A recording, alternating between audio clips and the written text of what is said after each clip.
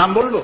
তোমার বিশ্বের শ্রেষ্ঠ হাদিস বিশারদ আল্লামা নাসিরউদ্দিন আলবানী রহমতুল্লাহ আলাইহি, তার লেখা সালাতুর রসুল, রসুল্লাহ নামাজ একটি বই আছে।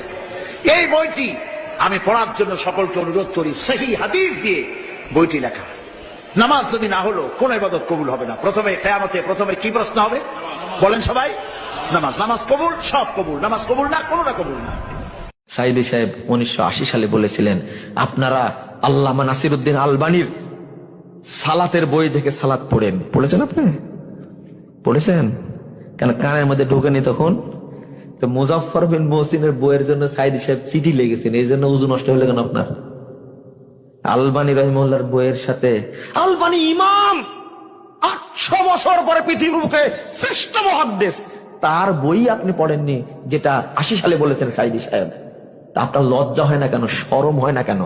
মুজাফফর বিন মুহসিনের বইটা আপনার এতই লাগলো, এতই আগুন ধরায় দিল, আপনি বইয়ের বিরুদ্ধে শুরু করলেন প্রচারণা। একবার পড়ে দেখেন, শুধু পড়ে দেখলেন, যদি আল্লাহ আপনাকে হেদায়েত দিতে চান তাহলে বুঝবেন আপনি। আমার আর বেশি দরকার নাই। আপনি গালিগালাজ করেন, সবাই করেন, কিন্তু সাইদি সাহেব এক পাল্লায় আর সমস্ত বেদাতি কাঠ বললে এক পাল্লায় হবে একরকম। হ্যাঁ, এই শরমটা অন্তত করেন।